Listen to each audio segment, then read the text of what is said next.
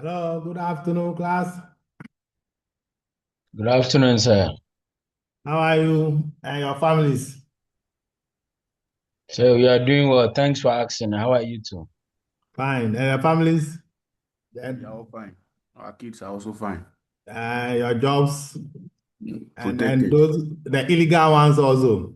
Protected. The Thank you for illegal asking. ones. Yes, sir.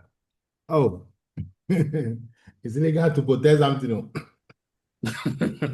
The thing is already illegal. You are still protecting it. Hmm? The illegal I ones want are. the resurrection power. They need to be As for protected. legal ones, I know the legal ones, if they are protected, that is fine. But if the illegal ones are The, the also be illegal protected. David, are we safe? Okay. May the grace cover the legal ones that are being protected. And legal ones also, may God give them favor to legalize them in Jesus' name. Amen. Amen. Amen. Big amen. Amen. Amen. Amen.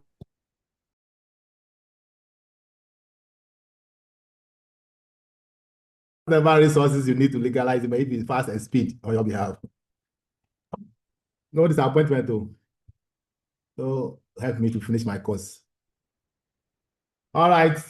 We thank God for a long break with the Easter festivity. I hope most of you have engaged yourselves in the Easter festivity. And you have nourished and refreshed your souls, and then your spirit and the bodies have also been rejuvenated. So we can have a good atmosphere for our studies this afternoon. And then you have conserved some energy also for the rest of the days, the weeks, the months, and the years ahead of us for the successful completion. Okay. If all things said is done, then we thank God for his wonderful protection upon our life. Can we start, those who are here?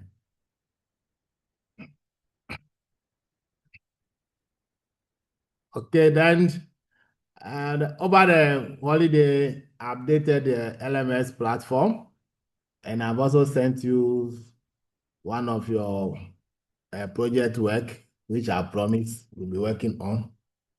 The second one will be coming in the course of the week. So we can now full gear into the course. If you have any concern regarding what we have done so far, as we wait for the rest to join, I want to open up the platform or give opportunity to people who have challenges or concern regarding to the course so that we can address them before we start today's lesson. In fact, it's going to be a continuation of where we ended last time. So if you have any problem with the fundamentals, you are free to ask before we continue. If you have also discovered something that you want to share with your colleagues also, you are free to do so as we wait for the rest. We are about 62 now. So in the next minute, we can start. So questions, comments, contributions are welcome regarding to the course. Yes, Hello sir. there. Thank you. Okay. Okay. Just go ahead. Okay. So hello there. Yes, is that my good friend Justice? So yes, please. Please, how Uh, are you? I'm fine. This one is networking. Oh. I know, right, sir. Okay. All right, so Yeah. mine is a bit of clarification about the midterm assignment. Okay. Okay, so we were given some. Oh, you have unmute. You have muted yourself. Oh. Hello, sir. Yes, you Sorry. have muted yourself. Oh, sir, So please, I'm start sorry. over. Okay, so I am saying that I just need some clarification with regards to the midterm project that you have given us.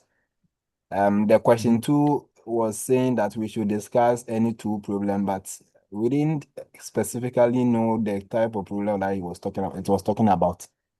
So if you could clarify about that particular question so that we know how best we can approach it.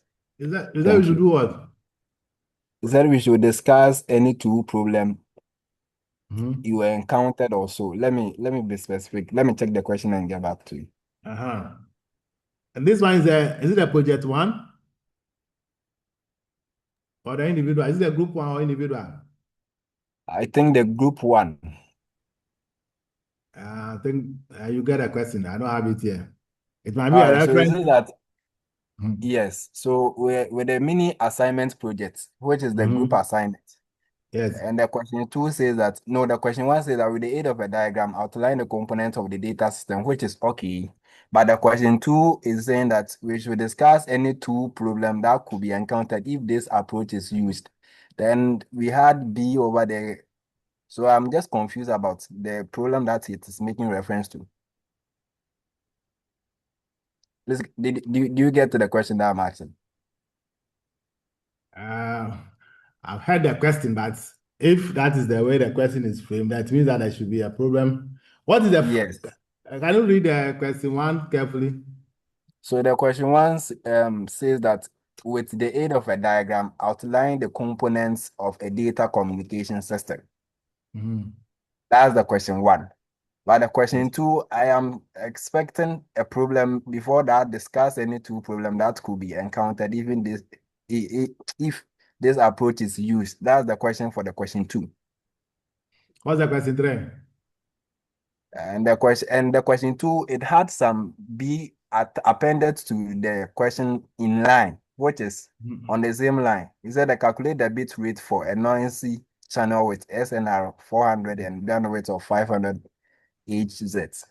Then the question Mhm. three is as a data communication network and system administrator of the main capital finance institution, you are required to set up a local area network or one at Kwashiman branch with a certain IP address on a Mhm. primary local address C. Determine the following. For that one, it's very clear, but the question two, which I have an issue with in terms of getting the clarity. The problem Okay. that it is asking us to, yes, I'll verify it. Then maybe that there has been maybe there's an omission over there because yes, that's I what was I'm. working Yes. on I work on a lot of questions that very day. So maybe Oh, I okay. missed something that I'll verify. So thank you for drawing my attention. I'll verify All and right. Thank update you, sir. accordingly. Okay. You're So welcome, thank sir. you for Thank you. your yes. Any other concern? But please, this one don't go and use AI generated content too. Well, sir, we will do it. We will do it. Yes, that question one, the one you read with the I think some noisy channel. After we are Yes. done with this, we'll go back to that unit and address it. I've uploaded a slide, supposed to be week 2 and week 3 materials, but Oh, because okay. I couldn't meet you during those weeks, and when we came for face to face, looking at the nature of the IP address and then its subnetting, including the what we call OSI, the layers, it will be easier for me to treat the layers in face to face than doing it online. So that's why I left that unit undiscussed. And I want to Okay. finish with this unit that concern with the layered architecture. So I layered, that's the OSI, TCP, IP addressing, and the subnetting. I want us to finish it, and then we'll go back to that particular discussion. So Okay, sir. Very well that's why, noted, sir. Thank yes, you. that's why if you notice, there are two chapters under the first unit, which we have not discussed. And that is about the signaling and then the channel transmission channel. We have not talked about the noisy channels and then the noiseless channel and the noisy channel. So I'll do that one, God willing, next week. After we are done with our Okay. subnetting, then we'll continue with the signaling and then the encoding system. So aside that, any other concern? There was someone who was on the line.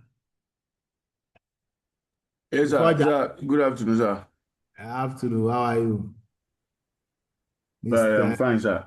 Sir, Sechofia? I just, yes, sir. So Uh, I would just love for you to clarify to us the TCP and IP addressing layers. Because when I did some research, some of the research were giving me 5 layers. They broken down the last one into two, which is data link and physical. So, and some of them at the layer two, some of them were saying internet and some were saying network. So I would just love for you to actually specify or clarify that to us so that we'll actually get to know which 4 layers form the TCP IP addressing layers.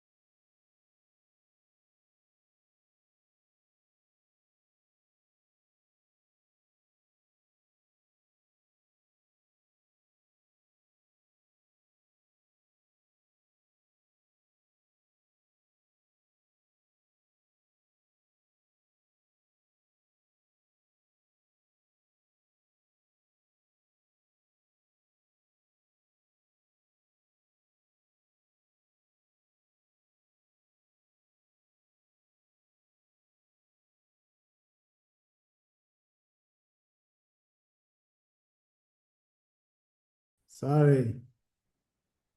Can you see my screen? Yes, sir. Yes, sir. Sorry for the break in Yes, transmission. sir. Yes. Angela, I started my modem, but I forgotten to carry it along. So I was using my phone. Sorry. So I'm sorry. I think we can go. We can continue. No, sir, no So, problem at all. Justice, I hope we have sorted your problem. Uh, the issue is, Mr. Sechofia, I think you were talking about clarifying TCP/IP. Yes, You sir. said, Yes, sir. Yes, sir. yes, I was asking if you were online, you were in class face to face. I think I've addressed that issue with regards to the layers. When you take the TCP/IP, compare it with the OSI have 7 layers. And then if you read the best, some of the books, yes, they split some of the layers, but the best combination is that with the OSI, the first 3 at the top has been combined to form your application layer. Then so we have layer 7, layer 6, layer 5 combined to be one layer, which is application in terms of TCP. Then when you come to transport, it still remain the same. And then when you come to the network, in the OSI, network is there, but when you come to TCP, network have been replaced with internet layer. Then when you, with the OSI, with the data link layer and then the physical layer, has also been combined to form network framework, which comprises about the data link layer and the physical layer. So that made up the TCP IP layers to be 4. So if you go and read another material, even though there are some books that still maintain the layers, there's a data link layer and then the physical, you may end up getting 5. But in the modern technology, the TCP IP layer has been combined or reduced to 4 instead of 5. And in the case of OSI, it is 7. So if you look at the comparison of the OSI and TCP, this is how it goes. The first 3 upper layers are combined to form one layer, which is application. Then the transport is maintained. Then the network layer in the OSI has been replaced at the TCP to be internet layer. And then the last two, or the first 2 from the bottom, combined to form the network framework. So please check the names. Wherever you are reading from, check the name, how they divide them, or the name they give to it. If it is properly captioned network frame layer, then you must know that it's a combination of the data link layer and then physical layer. So I don't know what you have read and how they split it over there. But for standard practice, this is how it goes. There are 4 layers. Yes, sir. Mr. Thank you, Secretary, sir. are you fine? Thank you, sir. Yeah. So, Okay. Any other concern before we proceed? Sorry for the break. Once again. Okay. If no other concern, then I will continue. Or has anybody also discovered any new thing that you want to share with your colleagues?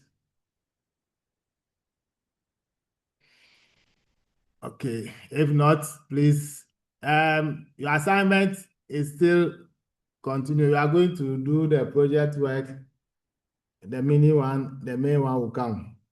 And then the subscription, completing a program of any individual's choice from any of the reputable tutorial sites. You have to submit the certificate for 10% of your assessment. So far, one person has shown me something. I want to encourage you. By the time you come for your second face-to-face, everybody, when you are coming, come along with your certificate. I want a hard copy. If you want to give me soft copy, Unless you give it to your course rep and compile all of them, then he will submit. But when you are coming, you can print your hard copy and submit it for 10% of your assessment.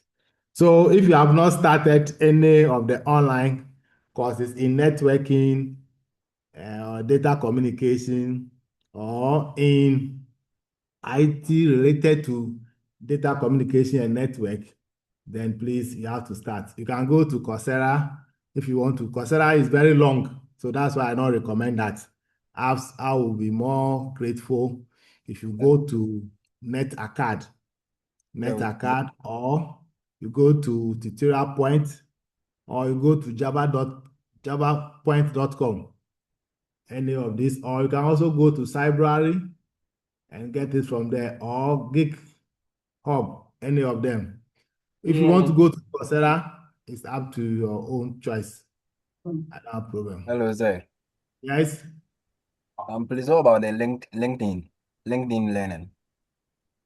I'm not familiar with those courses over there. Okay, so they run those courses, so I want to be sure if we can still go I'm by not that. familiar with it. So if only it's a recognized CBT or online tutorial site, you can also go to W3 Schools. W3 School is also a reputable one. So if you have LinkedIn Learning, if it is standardized or it is, depending on the course, if you bring it, I'll verify, and that one too will be accepted. There's another one, Tech Republic is also good, but W3 Schools is one of the easiest way you can go. So on that note, then last time we met before the Easter break. What about Allison? What? Allison courses.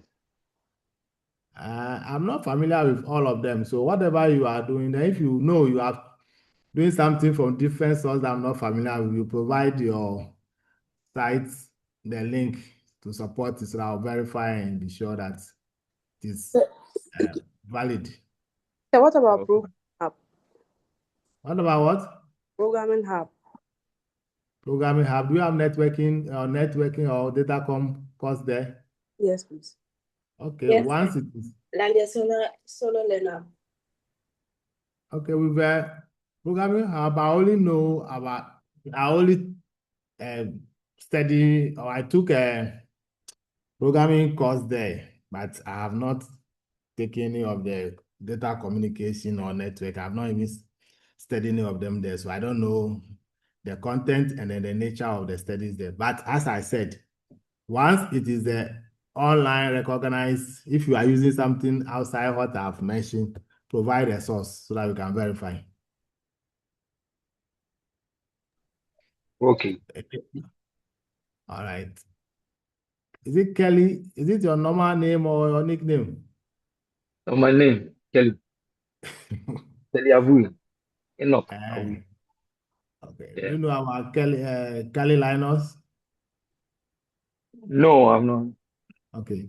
Angela, thumbs up for you. Your data is working. As that today, I forgot the modem at home, so I'm suffering. So +1 mark for giving me What about me? data. Thank you, sir. Even though it delayed, but it has come. Thank you. Okay, so the last time we talked about IP addressing, I believe that now everybody is good in managing IP addresses and how to use them. And then we are going to look at the configuration. I know most of you have been practicing with you for long, so I don't want to worry. Those of you who are here for the first time, please, if you are not okay with any part, you let us know. So now that we have identified what IP addresses are, the subnet masks, we also know about the classes of IP addresses. And we have also learned last time how to calculate the default IP addresses for the class 4 IP addresses, determine the number of hosts and number of networks that are available on the default IP addresses. And today, we are going to look at how to consider IP address management, and then also how to set up a network that will meet a data communication network that will meet a user demand or user criteria. Now, the standardized or the default IP address classes that you have studied, that is class A, class B, and class C, they are there for generic purposes. So if you, as a network or data communication expert, you have to set up a network for specific usage or specific users, you always need to consider let me put it this way, you must consider the user criteria, the users that are available on your network or the users that you are going to set up a network for. You have to consider them. Consider them in terms of security, in terms of their size, in terms of the role they play in organization. This will inform you how to set up their network. So in the well-organized institutions, we not box everybody on the same network. For instance, you are in an organization where your population is about 500 users, or you have about 50 users. Someone may have only 20 users. It is not wise to go and use a whole block of IP address, whereby you may not need the rest of the IP addresses. Remember, the more users you have on your network, or the more usable IP addresses you provide on your network, the more vulnerable your network becomes. So always when you are setting up your data communication network, set it up such a way that it will meet the demand of the users of the network. For instance, company may have users made up of different categories like account department, sales. Some companies have marketing, they have HR, others who have general administration. In this type of environment, on the same network, you have to segregate the network so that everyone will belong to a specific group. So that if you are not allowed to any other network, you don't get access, even though you might be in the same environment, but you cannot have access to their network. The same way, if your resources are available on the network, once you don't belong to that group or that category, that resource will not be available to you. You can only access resources that are assigned to your department or are assigned to you per the role that you play. So all this have to inform how you structure your network. So today, looking at the class B and class C, these are the generic ones. Sometimes the numbers that are available on one block of IP address be more than what you are required in your network. There are some instances also, the available IP addresses may be less than the number of people that you need on your network. So there is a need for you to set up the network such a way that you will be able to meet each user category on your network, so that you don't set up a network by using a default IP address whereby everybody will be on the same network and some people will have connection, others may not have. There are some instances too, all of you will be on the same network and you have connection, and there will be excess IP addresses left on that block of IP. For this reason, we do what we call subnetting. So the subnetting simply here is a way of breaking down a single network into a smaller unit or into sub-networks. It's not always you subnet to reduce the network. There are sometimes you subnet to also increase the number of users that will be on a network by varying the number of hosts you have and then the number of network you have in order to adjust the network, the IP address such a way that it can contain the users that you need on your network. So that is the purpose of our network, our class today.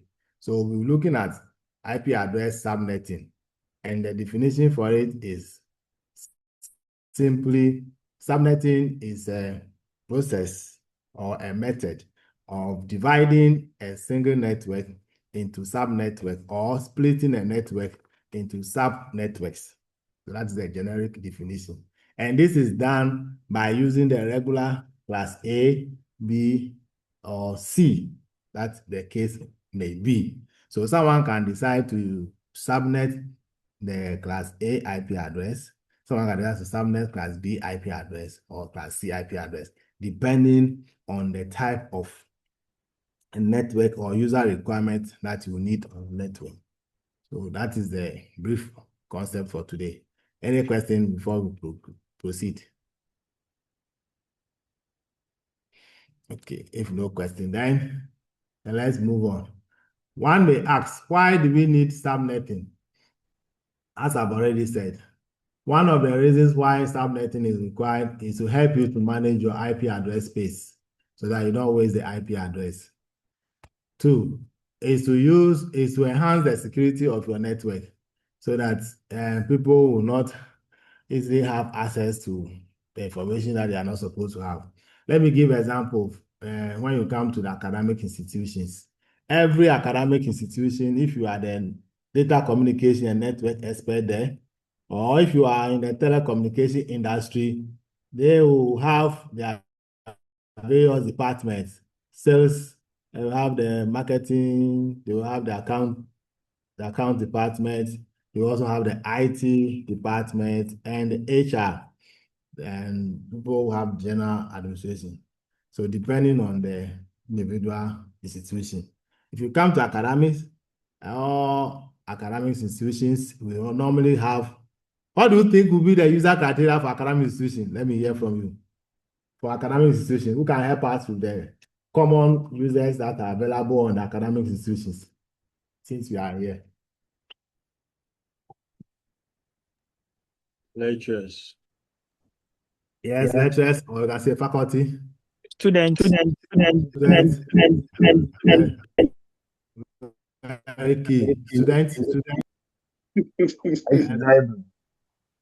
Administrators.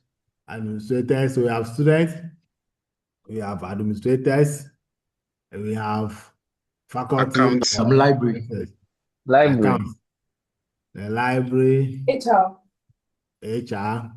Good. Deans. Come again. The head of deans. Okay, so Marketing. the head of, Department. if you have a lot of institutes, you can have the deans, or you can also have the management, the top management people. So now look at this. Will it be wise for you being in charge of an institutional network and put all these category of users on one single network? Like the students, the administrators, the faculty members or lecturers, the supporting staff, the library staff. Will it be wise for you to put all these people on one network? No, sir. Please. No, sir. No, sir. No. What are some of the consequences? So, for Traffic. security reasons. Low network. Slow So it will network. mount a lot of traffic network on the network. Okay, so there will be congestion, Performance issues. performance.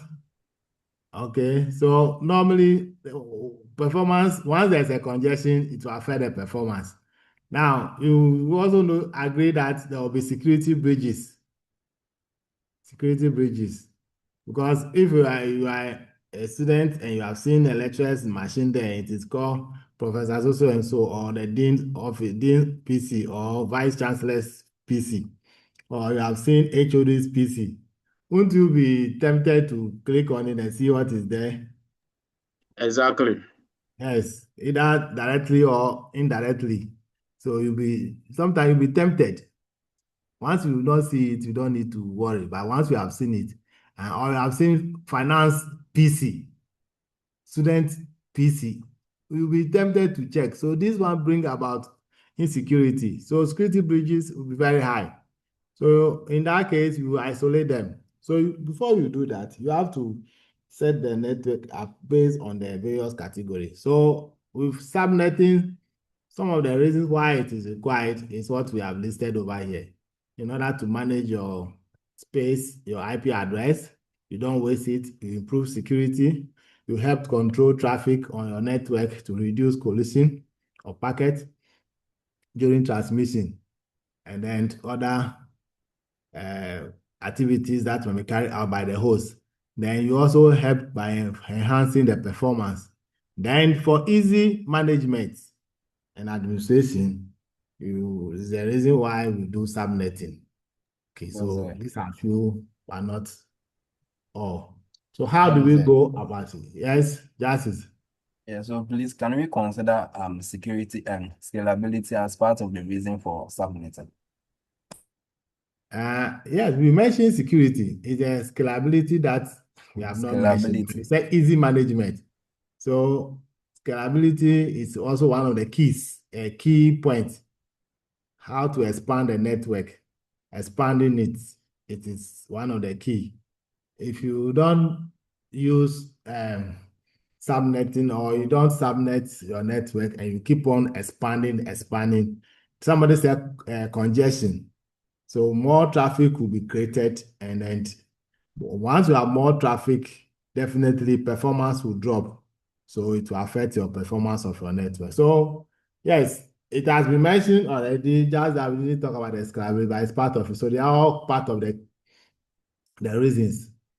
So if you, as I said, these are some, but not all. So you can see from the slide, we talk about the managing the IP address space, security enhancement is there, traffic control, performance, easy management, and so on. So scalability could also be part. Are we fine?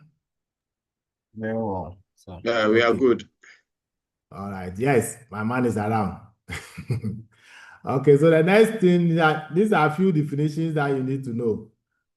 If I may ask, if you are asked to explain what a subnet is, what will you say? What is a subnet in networking? Subnet. Because we said subnetting is a process of dividing or splitting a network into subnets. So what is a subnet? Yes? Subnet. It controls communication between networks. Yes, but you are giving us the functions rather, but not the definition. Subnet is simply a portion of a network. A portion of a network. And what is its purpose? Then you can say that it control the flow or control the traffic on the network. So instead of putting everybody on the same flat network, you isolate them. You break them into groups or into subdivision. And a section of the network is regarded as what? A subnet. So for instance, if you want to work, you see the assignment that we have given to you. I ask you to work in groups, either 3 members or 5 members. That is a subgroup within the class. But when we take the class, you are all together. But when we take the group, you are members within the class. So we can take the groups as a subnet. But at the end of the day, when we are talking about your class, you are all of you come together to form the class. I hope you are okay. Okay, then we have the address, which we say is a unique number assigned to a device on the network. Now, what about subnet mask? How will you define a subnet mask on your own way without reading what is on the slide? hello. So Well, every IP address we'll be hearing, these are the terminology we'll be using. Subnet mask. Yes, Sichofia, sorry. Oh, so is this Sichofia? Am I getting it right? Search Afia. Sichofia. Hey, why? Your spelling is different. Your pronunciation is spelling. What's the special way of your name? My own Okay, is go ahead, please. My own is continuous. The one you know is Search Afia. Okay, thank you for your continuous name. So I And will explain the subnet mask as the part of the network IP address portion that tells the network user which network the person is on or which network that person or the host belongs to. okay, yes. Technically, I will accept it, but maybe my friend like Angela will not understand. So I want you to break it down a bit. Angela, do you understand?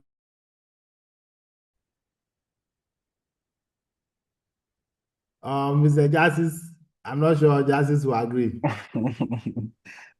So can you break it down?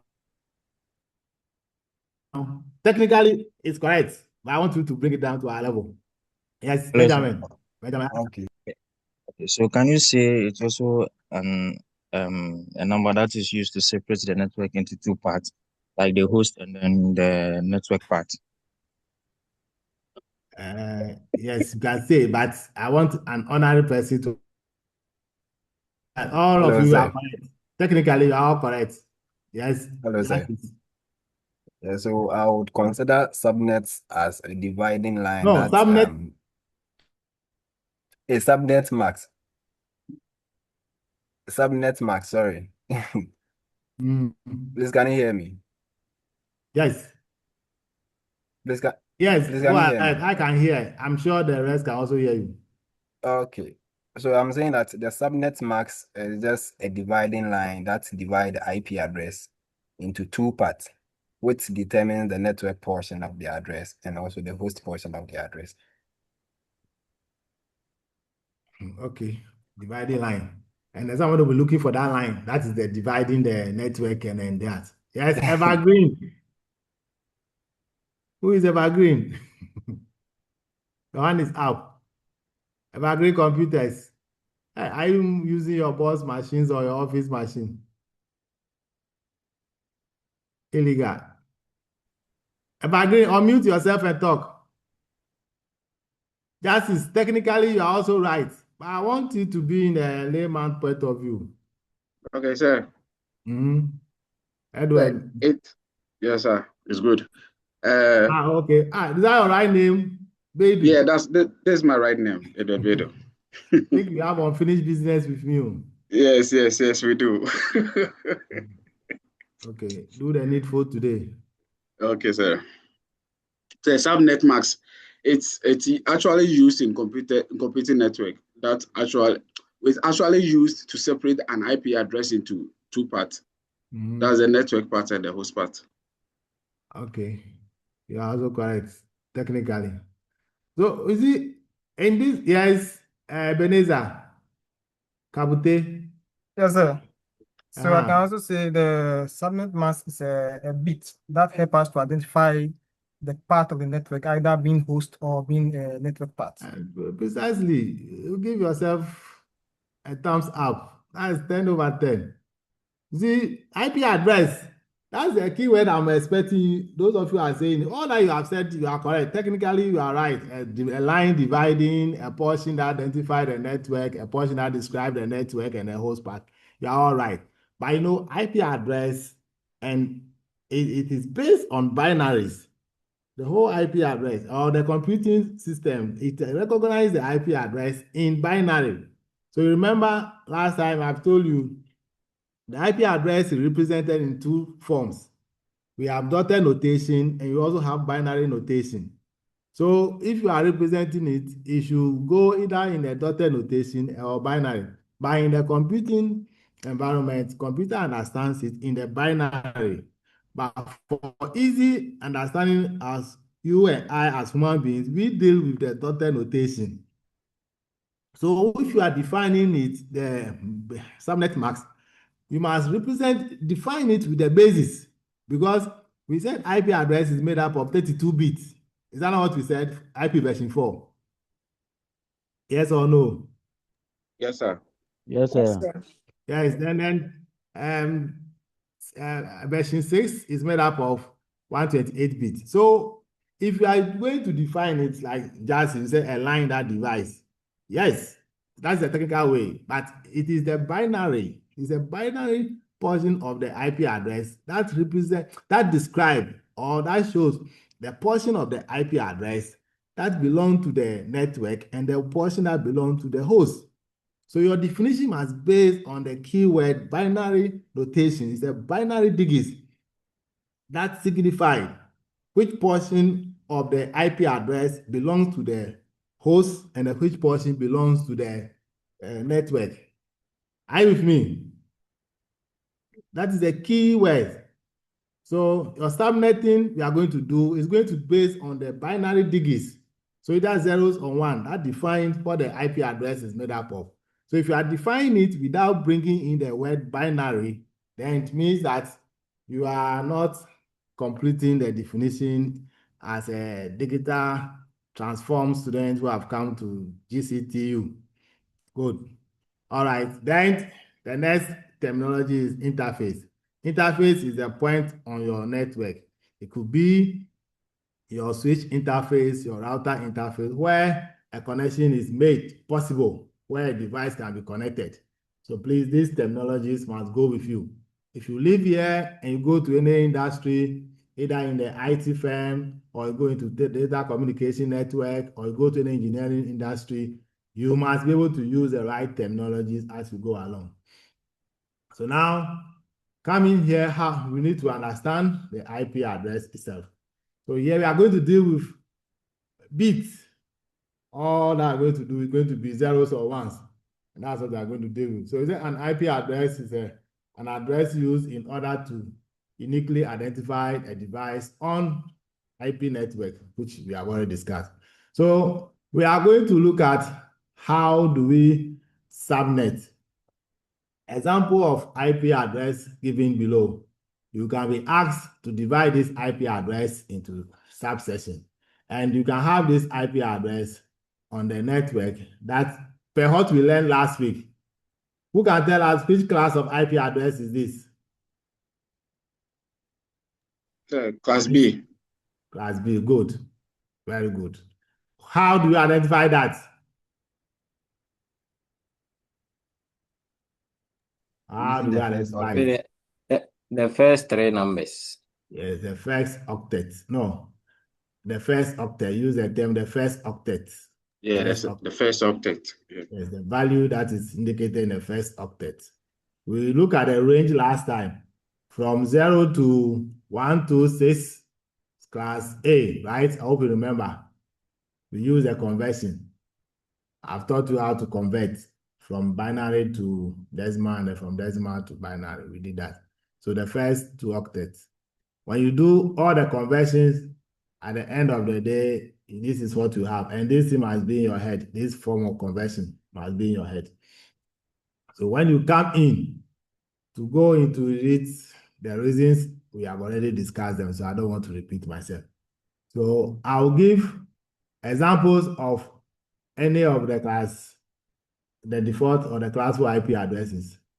If you have forgotten, please, this is a reminder for the various classes and their ranges of the first octet IP addresses and where they end. And you have their subnet masks and how they can be represented. So for class A, we have the IP address ranging from 1 to 126. And it is only the first octet that is having all ones. The rest are 00. I hope you remember this. We did it last time. Yes, sir. Then it can also be represented by /8. If you see /8, it's the same as class A. Then class B is 128 to 191. And then it's the first two octets. We did the calculation. It can be represented as /16. This table is very significant to what you are coming to do. Class C, 192 to 223. And it's the first 3 octets. And can be represented /24. And the rest, we have the multicast and then the reserve. They have their range. And here, their subnet marks are not applicable, and then the preface are also not applicable because for them, they go all out. Can use the entire range. So, where our studies is based on the first three, where you'll be giving example of any of the first three classes or class 4 IP addresses, and you can be asked to subnet to any of the numbers that will be required based on your requirement on your user requirement on your network. Hello, sir. Yes. Please, a quick question. Please, can you go back to the previous slide? This one? Regarding, no, yes, please. Yeah, so we could see that from class A through to class C, from class A ranging from 1 to 126 and class B is 128. It means that there is one missing number over there. Under what Yes. category does that particular address belongs to? I've explained last time. I didn't get it. That one is a reserve. It's called loop back address. It is either class A or class B. It is in between. That IP address is reserved. If you remember when we met, I said you can use it to test your NIC if your NIC is working. And those of you who are programmers, you can also use it to launch your local application, your web application. When you have a web application on your machine and you want to test it, yes, so that is a local host. I don't know if you are doing any web application now. No, not yet. Okay. So if you develop a web application and you want to test it, and you use the IP address, let me share my screen. 127.0.0.0. That is what we use to represent any of the local host address. If you come to the let me see, I can share. If we want to test your NIC, if you want to test the NIC, whether your NIC is working, then you can ping. All of you, those of you who are having your computers, please let's go to command prompt. Type CMD. Can you see my screen? And CLS. And type CD / enter. Type CLS. If you have your machine, turn it on and let's do this.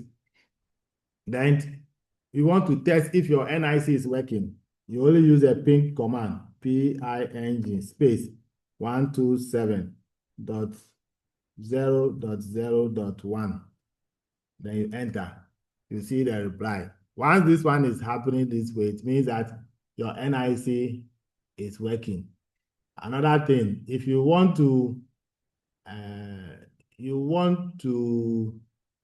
launch an application or a website on your computer, on your local computer, what you do is go to your browser and then you type the word localhost, or you can use the same IP address. That one, if you come here, 127.0.0, and you can bring your / and then the index of the application or the folder name. So if the folder, your website is in a particular folder, you can bring the folder name, then / you bring your index, the name of the website, if you have anything like that.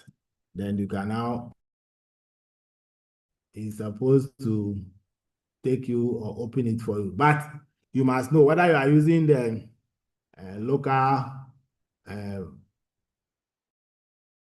base web server, either Apache server. If you are using Apache server, then you have to copy your application folder into the htdocs. And then inside the htdocs, you now have your application folder there. So if you are specifying, you have to specify the path and then let the computer listen from either your default port, which is port 80, or you specify the port number. If you are specifying the port number, then if you are typing the address, then you have to bring space, then the colon, or bring the colon here, indicates the port number that you are using, either 1030, before you continue with your thing. But if you are not using a port, a defined port, you can allow it to listen from the port 80. So the address there, the most important thing is that it is there for testing of your NIC, and then also for local host applications or launching your local application or local machine. So that one is not used. It's always reserved for your system. Yes, are you okay? Yes, sir. I am very okay. So that is fine. So let's go on. Then we, if you want to exit, those of you who have lunch, you want to exit from here, type exit to take you out. So what you need to know is that these are the default IP addresses. So now let's move on to how do we subnet to our own taste. These ABC classes can be called class 4 with their default subnet masks. So once you are going to do your own IP, then you have to make sure you set up your own IP address. Okay, so I also want to give us example of class C IP address so that we can subnet it into four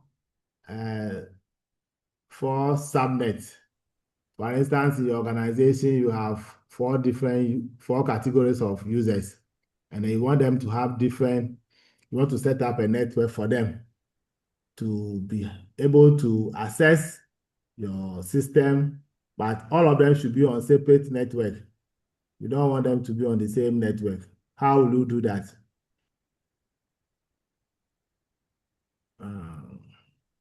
Are you with me? Yes, sir. Very true. Yes, sir. Yes, I want sir. to We are with you. let me stop this screen, and I want to share my screen from here. Let's go to our whiteboard.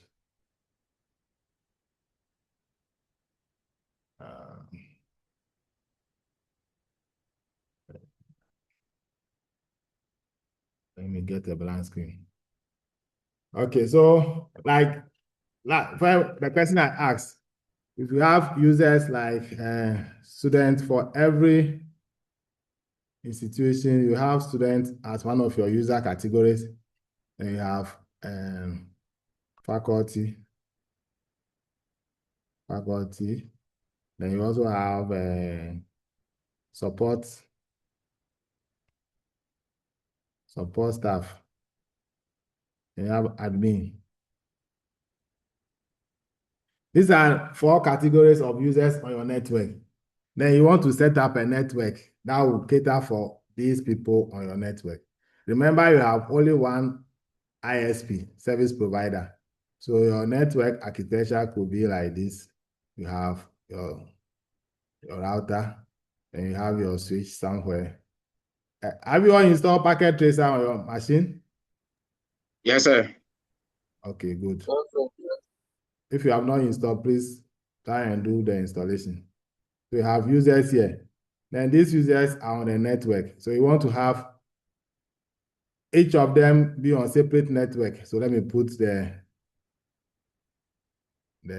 another category of users here. So how do you have this beside that? All users will be on separate network. They will not have the same network. Using one IP address, the service provider can give you something like 21.41.212.59. Oh no, sorry. Let me clear this one. Okay, so this is yes, 20.212.59. Okay, then this, if 59 means that here will be your 51.59.59, and then your network here will be 58. Now, your network will be divided like this. So you have your NAT, network address translation. How will all the users on this part of the network be able to go to the external network through your service provider? You don't need to go and have a different IP address for the students, different IP address for faculty, different IP address for staff, different IP address for staff. We need one common IP address that all of them will be using, but they will belong to different networks. Are you following the instruction? Sir. Yes, sir. Sir, can we use VLANs to separate? Yes, that's going to be the application. But how will you logically divide it before using a VLAN to create the sub networks? We need to get the IP address first. Do you get it? We'll get to the VLAN. But first, you need to come up with your IP address structure before you do the implementation using the VLANs. Okay. So who can give us one IP address? Then we can now see how So we can. 192. Okay, 192.168. 168. 2.0. 2.0. Okay, slash what? 24. 24. This class C. 24 is class C. Yes. Is everybody fine with this example? All right. Yes, sir. So, Yes, sir, sir. Yes, sir. No, please, I this have is a question with this. Let's okay. Come again. Oh, Ebenezer, you can go first. Okay. Yeah. So I also have a question on this. I thought we are now come to subnet the IP, but as we put the slash 24, there seems we have taken all the block of class C. Yes. You see, you deal with the default IP. For you to be able to do a subnetting, it must come from any of the default IP addresses, either class A IP address, class B, or class C. So I asked specific questions. Someone should give us example of class C IP address that we can use that IP address to do our subnetting. Do you get it? Yes, I get it. You can go ahead. So this Hello, is just sir. an example. So yes, the Yes. next person. What is your Yeah. question? So I want to ask about this then. The address that we have been given over here with slash 24 subnet mask, which is the default class C address. Considering we have changed the address from 24 to 16 with the same 192.168.2.0, is this still within the class C range or? No, in that case, we haven't reached there, but since you have brought it, let me use it to explain. Then you are heading towards this. C, we have CD. The SADA notation. So you come to CIDR. And that becomes classless interdomain routing. CIDR, classless interdomain routing. So if you write here /16, you cannot refer to it as class C. But because now it's slide 24, so it's considered as class C. You may further, as we will be going, some of you are advanced students, as we are going, we'll get to a point which I'm going to give you assignments. You are going to use a combination of the CIDR and then a VLSM. This will be combined. Okay. Hello, sir. Hello. Yeah, so this clearly shows that the subnet max does not determine the range of IP address, the classes of the IP address. The subnet max does not determine the classes of the IP address. So that's, do you get my question, Well? No, it determines. The subnet max. They do. They do. The subnet max will tell you which portion of the IP address belong to the network and which one belong to the host. That's the main. Your definition. Yes. Your definition, I said you were correct, but you didn't use the right terminology to explain. That's why I said bring it down. I don't forget me. I said bring it down for another person to understand. All right, sir. I didn't say you were wrong, but I said bring it down. Normally, for subnet max, it determines the class of IP address that you are using. It will indicate whether it's class 4 IP address or it's classless IP address. Or you are even combining the VLSM, variable length subnet. Length subnet max. Yes, there are some instances you may be on the same network. Some of you have different IP address with different subnet max. Another person to connect will have a different subnet max, even though you are all using the same network. But the IP addresses will be different and the subnet max will also be different. And that gives us the beauty of subnetting. So what I'm giving here, or what our friend has given to us, is just an example that we can lay our foundation on to veer into the subnetting. So now, Is everybody fine? All right. Okay, so sir, We're good. But we are sir, good. does using the 16 makes because since it's 24, that is class C. So if we place the 16, the 24 to 16, that means we are heading to class B. Instead, meanwhile, No. we are using the 192, which is class Yes. C. No, it cannot. That is why I said it will be CIDR. Classless interdomain routing. You cannot refer to it class A, neither can you refer to it as class B. B or C. Good. All right. Hello, sir. You get there, yes. Yeah, so with what my brother just said, considering let's say 192, let me take it to 191. 191. 191 cannot be Yes, used which is what? because 192, if you brought here 191, like you want to say one. Okay, so 126. 126. You can what I want to communicate across board is that the classes are determined using the first octet, right? Regardless of the subnet max. Evergreen, Evergreen, mute oh. yourself. Please manage your background. Those of you who are there. Hello, sir. Yes. Yeah, so what I was trying to say is that the classes of IP address is determined using the first octet, regardless of the subnet max. I don't get you. Okay. So taking for instance the 10.0.0.0, we use the same 10, which is the private IP address for the class A, with a subnet max of 8 by the default. Yes. Or 24, like you have indicated over here. But if we want to classify this particular IP address, what under which address classification would this fall?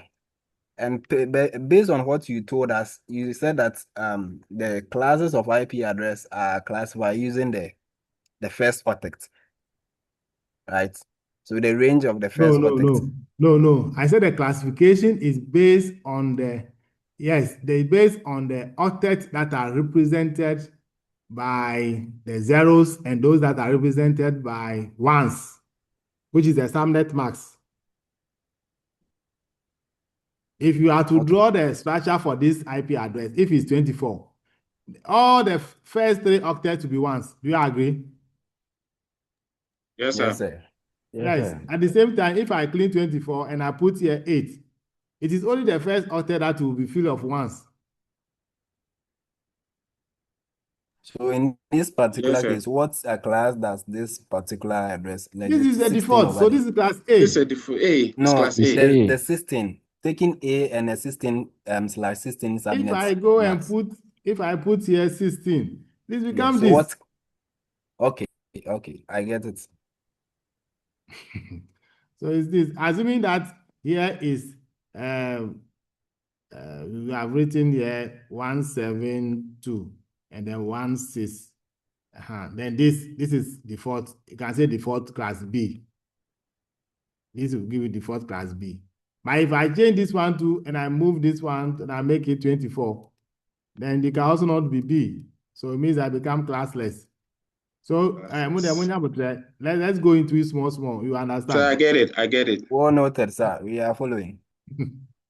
Okay. Go small, we will follow you. For what? Sir, please, small. Yes, because my friends are here. Why is Theodora here? Can't hear of her presence. Oh. The networking people want to adjust the class. Please allow my friends to also follow. So let's go. Now, what we have here is an example someone has given to us. Normally, I prefer someone to give the example from the class. So I thank the one who are giving this one. This is a default class C. But if we want to use these people, we want to serve students, faculty, support staff, and admin staff. All of them will be on this. Yes, this is a lazy way of doing it or a beginner's way of setting up the network. You can do this, but meaning that all the users will be on single IP address. We don't want it that way. We want Even though it's the same network, we want the student to be on separate network, then faculty separate, support staff and admin. Ideally, we have to add IT support, but that will be the next example that we'll be doing. So we have 4. So how can we split this network into 4 operational network? That is where the subnetting comes in. Over here, please note, we are not considering the number of users yet. There are some instances you'll be giving, you have to consider number of students that will be on the network, number of faculty members will be on the network, number of support staff and admin. But at this instance, because we are beginning, we are not considering the number of users. Please, are you following me? Yes, sir. Yes, sir. And our interest is just to get this single IP address divided into 4 networks. That is where our interest is. So if you want to solve this, you want to approach this, assuming you are the data communication and the network person, if you are in charge of your network, you want to do this, the first thing you can do is to draw the structure of your network and draw it by representing it in the diagram that we learned the other day. So you draw this. This is my pen you gave me. Should be free with me to do. Those people who want to capture my screen, please allow my system to work.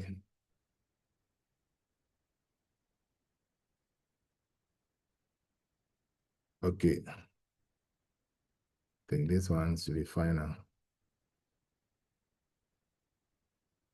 All right, so you come to your solution, draw a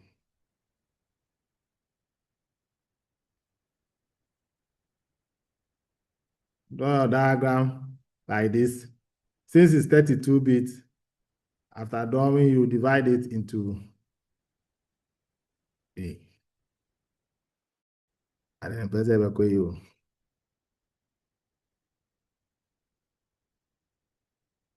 Justice, are you there? Are you the one who is capturing my screen?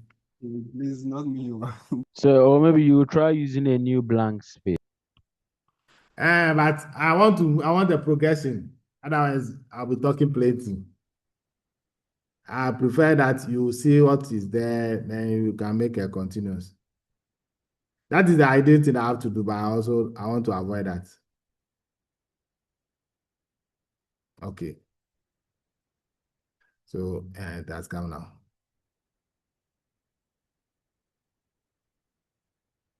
So you draw this one. You see, as for technology, it has its limitations. So, but with the board, by this time, I finished drawing on it. So you have this one. Remember, this one is 32 bits. Then, first octet, what will be there? Zeros or 1? Ones. 1, 2, 3, 4, 5, 6, 7, 8. Then second octet, 2, 3, 4, 5, 6, 7, 8. Third octet, 2, 3. 1s. Okay, good. Then the last octet, 0, 0. 0, 0, 0, 0. So 1, 2, 3, 4. So you have 8 zeros also here. So please note that there are 8. There's supposed to be 8, right? So this is how it will be. So on this note here, this portion is our network, and then this side is the host. So we want to get 4 subnets. So how do we get this? And you know that to get the number of hosts, we have a formula like this: h equal to 2 to the power n, then minus 2, where n equal to number of zeros. And here, if you go and raise all your 2 to the power, what's the number of zeros there? Let's do that calculation. That's We 8. have 8, so 2 to the power 8 minus 2. So this will give you 250. 5, 6 minus 2 equal to 254. This is what you get. I hope you all agree. Yes, we are following. Yes, but it doesn't serve our purpose. So what we need now is a number of network. The network should give us 4. And we have, by default, we have our formula that last time we said n equal to 2 to the power x, if you can remember, where x equal to number of ones that we have. But here, in order to get 4 subnets, you have to make sure we have a number that will raise to the power of 2 to give us 4. So what will be the value of number ones that we need to get the subnet to be 4? 2. If x equal to 0, we're going to have 2 to the power 0. We'll give it how many network? 2 to the power 0, 1. 1. Yes. So if x, we have to add 1 to this. So x is equal to 1. Then you end up having 2 to the power 1. And how many network? 2. 2. Yes, which is not up to. But we need 4. So we need 2. We need 4 subnets. So x will be 2. We increased need by 2 1. to x. So Okay. And plus 1. So if x is 2, so you have 2 to the power 2, and then this will give us what? 4. So that's how you can go about it. So you come back to your diagram. You notice that with your diagram, you have to borrow some bits at the host side. Hello, are you there? Yes, sir. We are Yes, following. sir. sir. We are here, sir. So, We are following. Yes, sir, we are following. please don't follow. You have to understand. Though that the diagram, what the writings are not clearly. Okay, so let me draw it again. So you can draw the diagram this way. We have this. So 1, 2, 3, 4, 5, 6, 7, 8. 1, 2, 3, 4, 5, 6, 7, 8. 1, 2, 3, 4, 5, 6, 7, 8. So we have this. So 0, 0, 0, 0, 0, 0, 0, 0. So 8 of them. So now we are saying that H is equal to 2. Let's deal with the subnet first. So if you are dealing with subnet, it's Sn equal to 2 to the power x, where x equal to number of ones or a mass bit here. So when you come over here, because we want a value of x that will give us 4 subnets, then it means that here we have to borrow a bit from the host side so that we can get 4 subnets. Are you there? Yes, sir. So when you come to the right side, you borrow this, we convert this 0 to 1. And then I said, if we have 2 to the power x, and now we got 1. So this 2 to the power 1 will give us 2, which is not up to 4. So we have to go back and borrow 1 bit again. We borrow 1 bit again over here. So it means that we add plus 1 to the one that we have. So we have 2 to the power 2. So when you come here, you see that this 2 to the power 2, that will give us 4. Are we fine? We are good. No, sir. Yes, Please sir. kindly go over what you just did. Yeah, Please. go over again.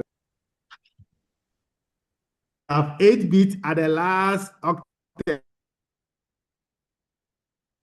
which is giving us the host. This is the host part, and then this is the network.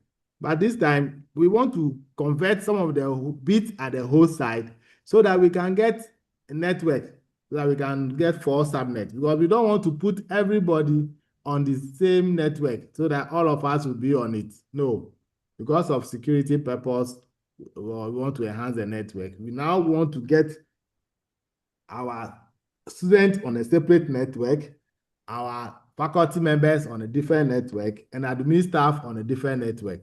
So to do that, we have to do subnetting.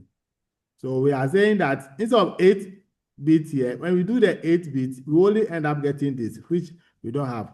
Here, it's going to give us only one network because if there is no ones over here for us to borrow, that's going to be 2 to the power 0. And any number raised to the power 0 is equal to 1. So it will not help us. So we have to borrow 1 bit. And 1 raised to the power 2 to raise to the power 1 will give us 2. And we cannot get 4 subnets. And we are looking for 4 subnets. So we borrow another 0. So that we have 2 to the power 2. And 2 to the power 2 will give us 4. That is what will satisfy our condition at the top. Are we okay? Yes, sir. Okay, now, how many Yes, sir. bits do we have left here? How many bits are left? Out of 8. 6. Good. So out of that 6, then we can now calculate our subnet. This will determine how many users will be on each of these 4 subnets. So in that case, we come here, H. That is the number of subnets. Let me clean it in. So number of hosts. Number of hosts here, which is H. So we say that H equal to 2 to the power n minus 2. I hope you all remember this. Okay. So where n this time equal to 6.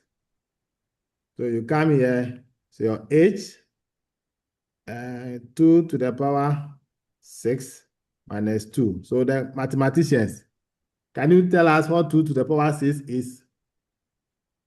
24. 64. 64. Minus 2. That will give us what? 62. 62. So this is 62 per subnet. So each of the subnet that we have here, the 4 subnet that we have here, each one will carry 62 users. Are we fine? No, sir. Hey, don't worry. Oh, these are the, it will be there, it will go. Just follow it, you understand. This formula, we have this formula last week, the last 2 weeks. I told you to keep it in your mind anytime you need it, this one. So we have 8 bits here, and we borrowed 2. So we borrowed 2 from here. So the 2 that we borrowed, we use it to get 4 subnets. Do you agree up to that point? Yes, sir. Now, how many are we left with? 6. That zeros always represent the host. So you come and determine the number of hosts. How will you know with the 4 subnets, how will the IP address be distributed? So you use the remaining hosts, the remaining bit that is left in the 4th octet, which are zeros. So you come and use the formula, raise it to the power of number of 0 remaining here, and then subtract 2 from it. Then we'll give you your total number. As for this one, if you miss the last lecture, that's where the problem will be. It's a formula, so you must know. So this formula must be in your head. Are we all fine? We're good. We're good. So now, the next thing that you need to understand is that you have calculated for a subnet, you have calculated for number of hosts. Now, what is going to be your subnet mask? The subnet mask under normal circumstance, if you have the first IP address, the IP address that we have is 192.168.2.0. If it's like 24, it's going to be 255. I hope you remember here. 255. 55, yes. 255.0. But here, because of these 2, you cannot write .0. You get it? You can't write .0. So you now have to calculate for the new subnet mask. Each of these 4 subnets will use. Otherwise, when you go and configure in your configuration, and you just put here 255, 255, dot 0, you end up having the same 256, which is not the best. So all of them will now go back to the same network. So you must have 255, 255 instead of dot 0. Something should be here. So we have to determine the value for x. Are we there? Yes, sir. Yes, sir. Good. So to determine the value of x, we have this general formula. You may either sum up the value of these two mask bits and get a result, or you add up all the zeros that are on mask. That will give you the subnet mask. So we say that the subnet mask, SM, equal to the sum value of the mask bits, the bit that we have masked over here. So if you remember, we have this result, which is 12864, comma 32. I hope you remember this. 16, 8, 4, 2, and 1. Do you remember where it's coming from? Yes, sir. Good. So we marked only first 2 bits. So means that we have to add the sum value of the first 2. So this plus this, 128 plus 64. Then the remaining one, we leave them. So you can go 1, 2. So it implies that the subnet mask 128 plus 64. Anyone with calculator, please, can you help me out? 192. 192, good. So that is our subnet mask. Are you fine? Sir. Yes. Yeah, we're good. I just want some clarification. Okay. So the 2 is the power 2. Then you had 4. Mm-hmm. It's a what do you call it? A subnet, right? The 4 is a subnet. Yes. The X here then the 62. What the remainder, when you raise the remainder, which is the 2 by 6, 2 is the power 6 minus 2. You had 64 minus 2. You had 62. That is also a subnet. No, that is the host. Good, thank you. That is the host per subnet. Thank you, sir. All right. So once we are getting in there, we are good to go.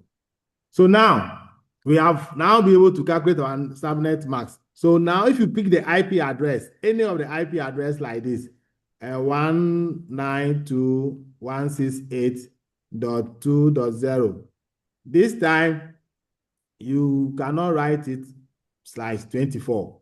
It's supposed to be /26 because you have 8 plus 8 is 16 plus 8. 24, right? 24, yeah. So plus yes, 1 plus 1. 25. 25. Plus 1. Plus additional 1. 26. 26. That's where the 26 is coming from. So, or you can now write it like this: 192.168.2. Sir, please, I couldn't get where you get how you calculated to get the 26. Okay, open your eyes, you get it right now. 20. You have 8 plus 8. What do you get? 16. Plus 8. 24. 24. So plus 1.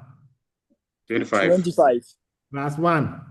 26. 26. So that's it.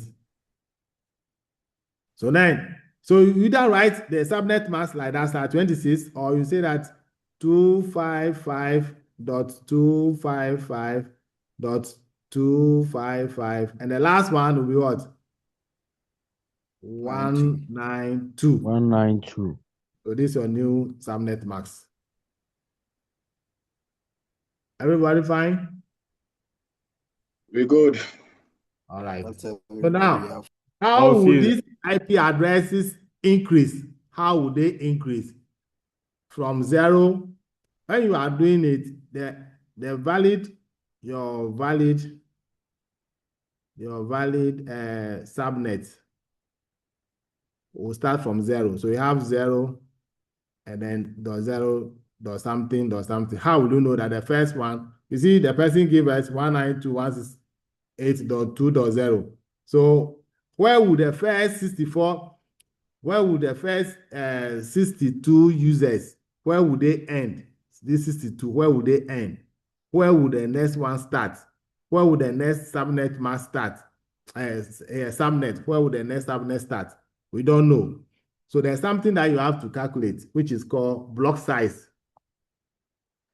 Let me go to the next page. The block size, which you need to calculate, block size, you can put into bracket BS.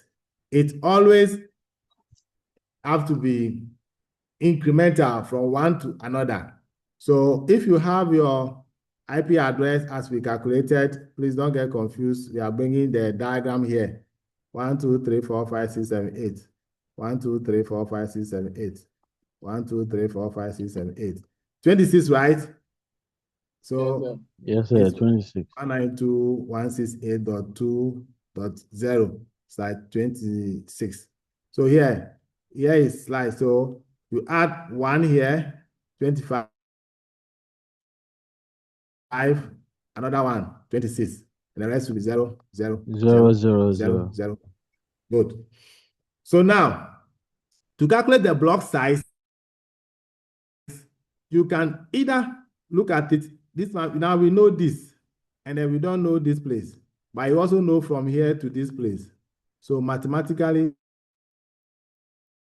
I can represent here with Z, represent here with X, and then this one with Y. So if I'm looking for my block size, how this IP addresses increase? It should be the X minus Z. Do you agree mathematically? Yes. No, you have done computer math. Some people have hijacked the network again. Please release the script from you.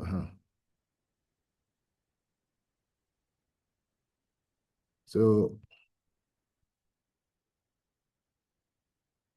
we have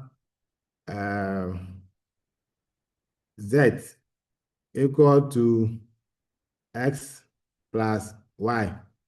If you know the value of this, you know the value of this. I'm sure you can determine the value of this one, right? From the diagram. Yes, sir.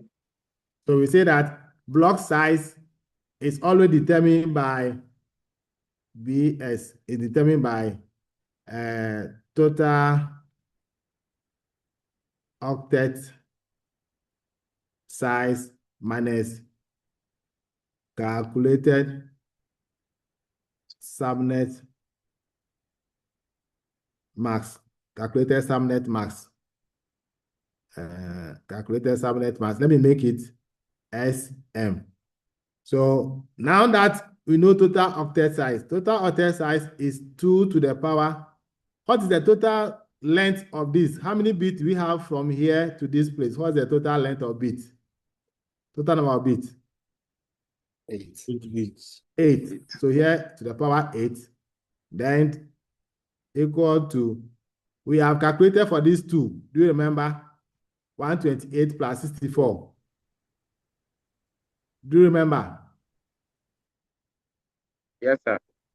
Yes. So the value is what? 56. 192. No. 192. Good.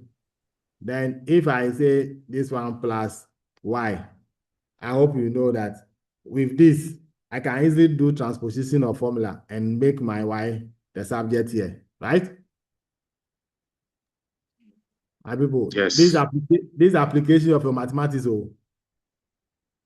So 2 to the power 8 will give us what? 256. 56. 256 minus this one will cross 192. So anybody with calculator should give us the results. 64. 64. 64, good. So the block size will increase 64 intervals. 64 intervals. So good. So if you want to determine your valid subnet that is available in this particular work, it will be represented with a VS. First, always you start from 0. So you said dot 0, then comma, then you add 64 to the number. So 64 plus 0. 64. 64. Then plus another 64. 128. 128. Yes. Plus another 64. 192. 192. Very good. If you add another 64, it should give you up to the last one. 56. Anybody can add and see. But we don't use that one. So we have first valid host dot 0, second and subnet 64, the next subnet 128, the next subnet is 192. So these are our 4 subnets. Can we all see them clearly?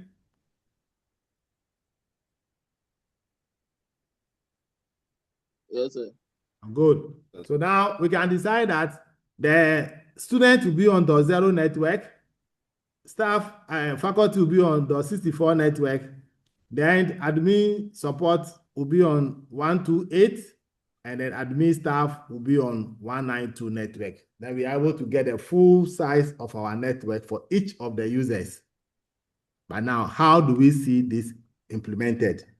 Physically, I want to use a table to represent it so I can see clearly. Before, if you want to implement, you go and use your virtual local area network to do your configuration. So we have the first one to be subnet ID, which is .0.64.128.192. If I put another one, it will be 256, but this one is out. So, but let it be there, you come to it. So now, every subnet must have its valid IP address. So let's calculate the range of IP addresses that are available on each of the subnets, so that when you are setting them up, you don't overlap the IP addresses. This place is very important. If you don't do it well, and you overlap the IP addresses, you may have what we call IP conflict, and your system will jam up. It will give you problem. So what is the valid host for the first one? So I can say, let me just use abbreviation. First valid host, and then last valid host, then the broadcast address. Broadcast address is where the IP address will end, and the next one. So to determine it, please listen. If you want to get the first valid host, you add +1 to the subnets. So +1 to 0 will be what? 1. 1. So .1. Then when you come to the broadcast address is always -1 of the next subnet. So over here is 64. If I want the broadcast address here, subtract 1 from 64, then you get a value here. 63. So thank you, .63. Then the next one, subtract -1 over here, you get this. 1 minus this. 127. 1 minus 1, so .127, right? Then -1 of 192. 191. 191. 192. 191. Then -1 of 256. 255. 255. 55. Good. It means that a lot of you, your eyes of understanding has been open. Thank God. So now we are saying that the range of the first IP address starts from 1 and then up to 63. But the 63 cannot be used. So that is the broadcast. It's like the boundary. So it ends here. So to get a usable IP address, you subtract -1 from the boundary. That's the broadcast address. So -1 from 63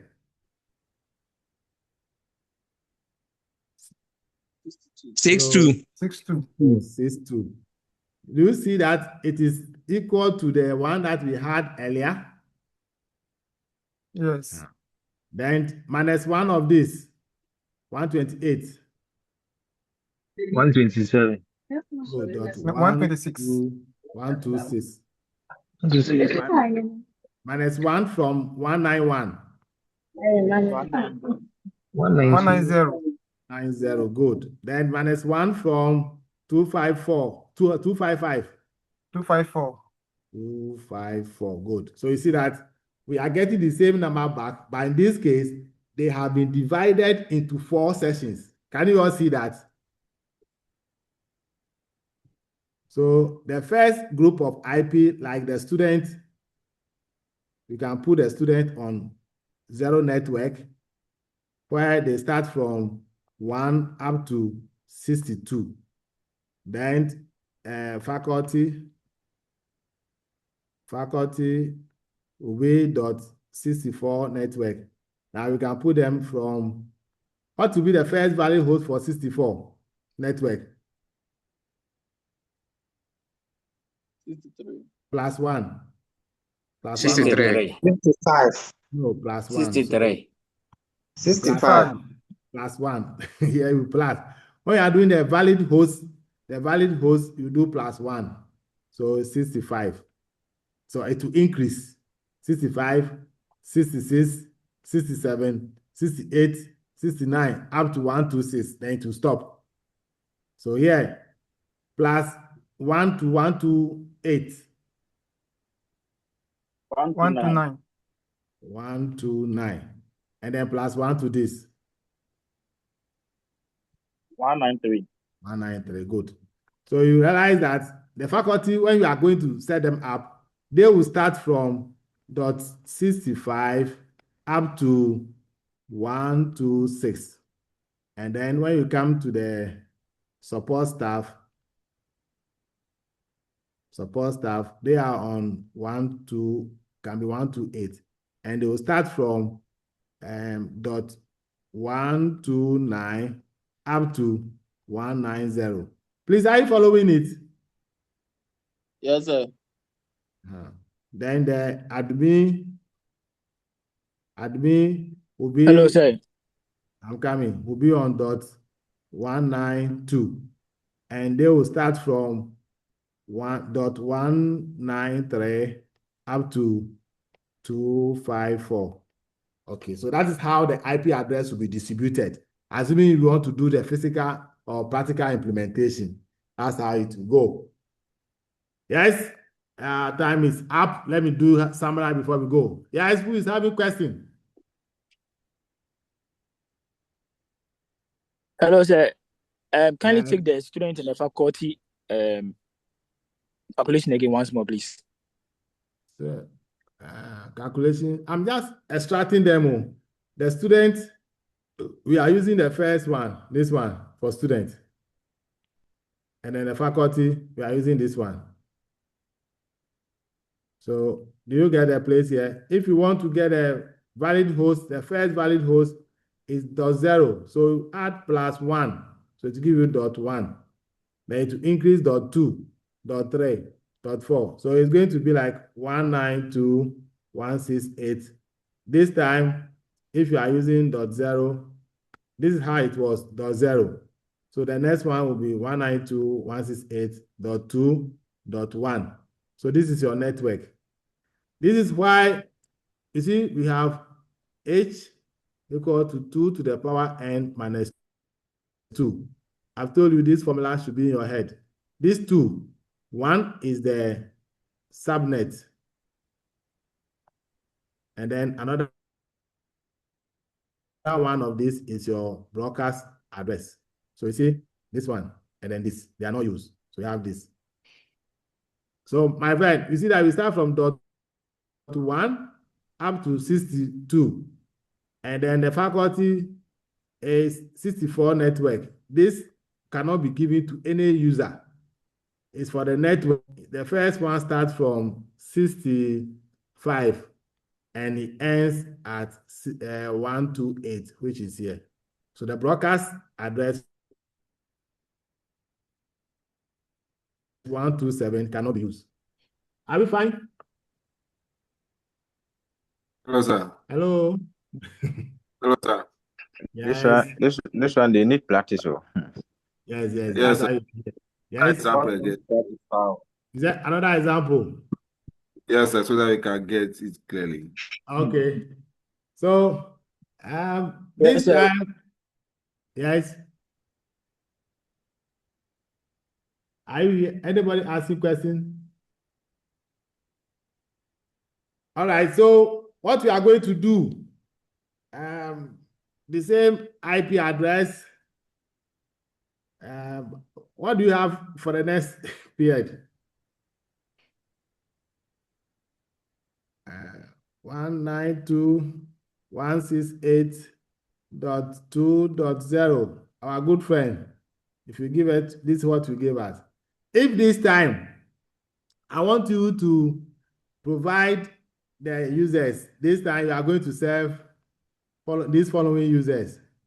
Hey, today I've not heard of any voice or any female voice. It's Angela there, Theodora, and the rest that I don't know your names. Are you part of the class? And the class becoming male dominated. We are following. Oh, yeah. Yes, please. We are. We are following. Okay. I hope We you are are. on the same page. Okay, that's good. Thank God.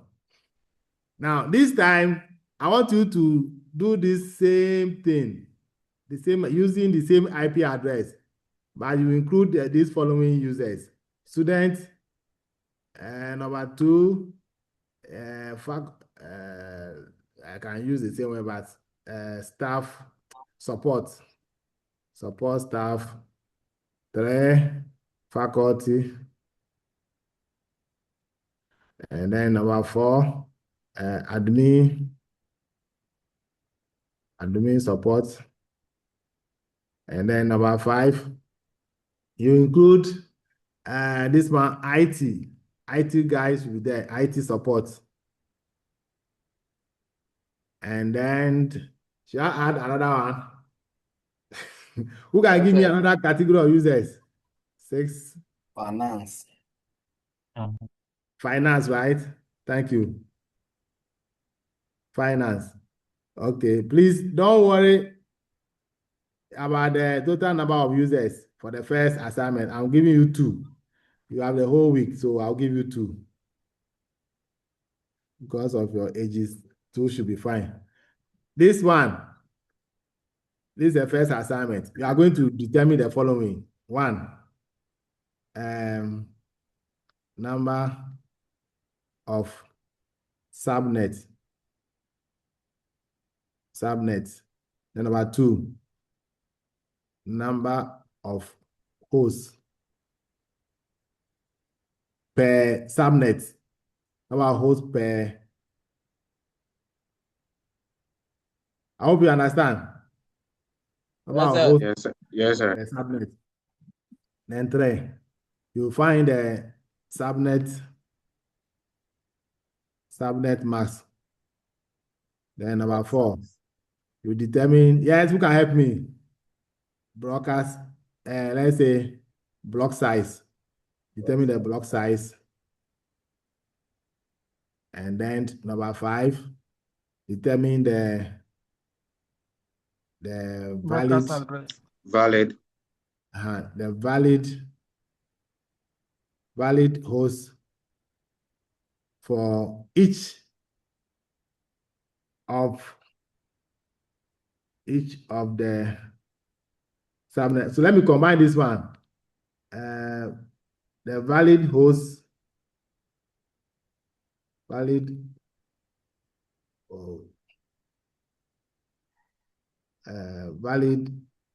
host and broadcast. Okay, no, the first valid host is supposed to be the first valid host because First and second valid host. No, let's make it the First and last. first and last valid host. Yes, sir. First and then the last valid host. So let's first and last valid host. and then broadcast. Oh, sorry, the broadcast ID for the first 5.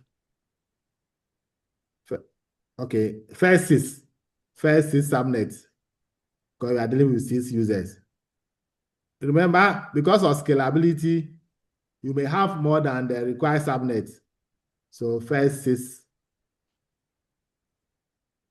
subnets. Are you there? You are doing it for only the first 6 subnets, and that is for the first assignment, assignment 1. Then assignment 2, on the same subnetting, we are going to repeat the same thing for the first one that we did. So students, this time the users should be 85. This time I'm giving you users. Second, faculty, let's say faculty should be 120. And then admin. Is it 85 or 850? 850. Admin. Very interesting. Eh? Admin support, there will be 320. And then the support staff. This time they will be support staff. Or should we make finance support staff? Let them be 30. No, 33. Okay, so this time, this is the second one. You are doing the same thing, the same questions here. So you provide the table to determine each of them. So this is assignment 1. You are just going to replicate what we have done.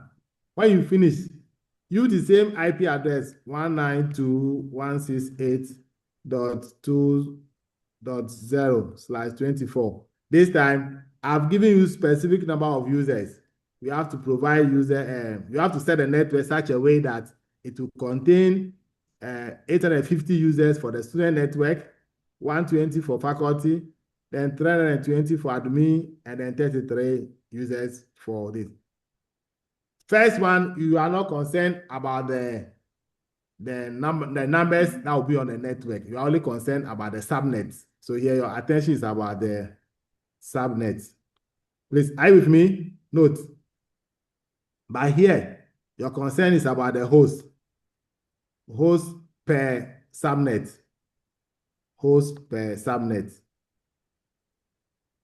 So they are not the same. Justice, are you there? Yes, sir, I'm here. Okay, good. I like your quietness on the platform. Any question? We're good. Okay, thank you. So this one, do it. I will advise you write with your hand, or you can type. Next week, we'll discuss it. And if everything is fine, when you are coming face to face, you submit. When you are submitting, I want it to be on FOSCAP. But I will give you go ahead before you do it on a FOSCAP. So next week, just do it on the normal work. If you want to write, if you believe yourself and you know you have done the right thing, you can write it on FOSCAP. But I want to see some of you, your work on the screen. I can give you the chance to share your screen. So I don't know how you can capture it. So I'll prefer you provide the digital one next week, God willing, when we meet online. Then if approved, then when you are coming face to face, you do it on the A4M FOSCAP sheet, and then you submit it with handwriting. Are we fine? Yes, Fine. Individual or group? All right. Then everybody install the packet tracer. Then I'll guide you how to use the packet tracer and set up these IP addresses as we have discussed today. Like we have to learn how to configure the 192.168.20. Then the IP address, the subnet mask 255.255.255.12.192. How to configure it. We have to go through the configuration process as well.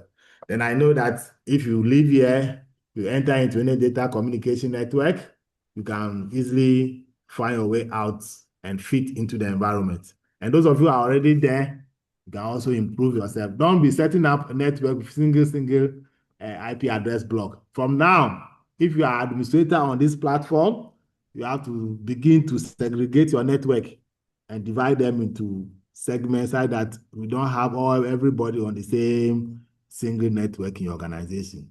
And this is going to make an impact in your coming to ICD as a student here. On this note, I want to end here and ask for questions.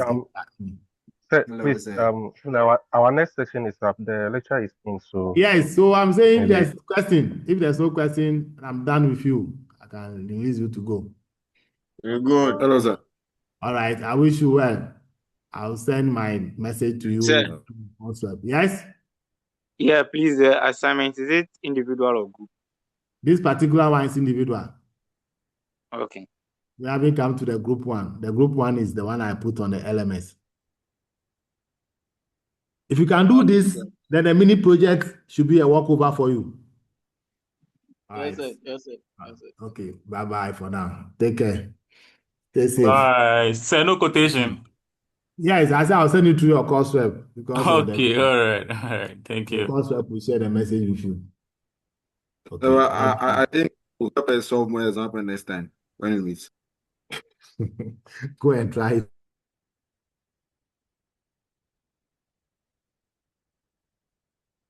it first. Okay. Bye-bye for now. Sir, Yes. we have unfinished business. Moses, close. I'm close. Sir, we have unfinished business. Call me back door. Okay, sir. Bye-bye. Bye.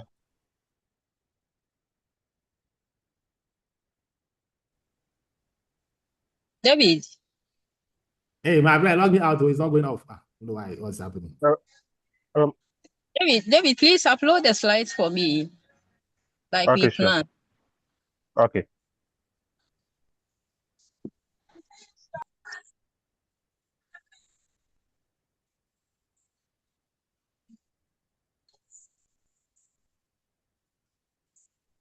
Okay, so good afternoon, class. You are welcome to African Studies class. It's been a while, but thank God we are here today. Even today, I have to manage.